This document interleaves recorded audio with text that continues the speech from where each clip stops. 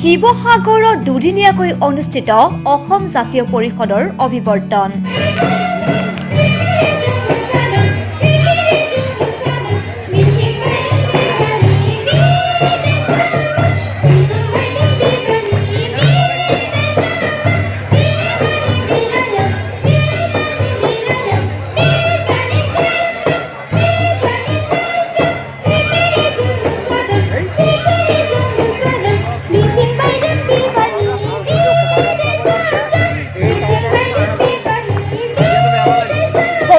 ছাত্ৰ সন্থাৰ প্ৰাক্তন সাধাৰণ সম্পাদক লুৰিণজ্যোতি গগৈ আৰু অসম গণ পৰিষদৰ পাটাচাৰকুছি সমষ্টিৰ বিধায়ক পবিত্ৰ ডেকাৰ যোগদানে আঞ্চলিক দলটিক এক নতুন মাত্ৰা প্ৰদান কৰিছে।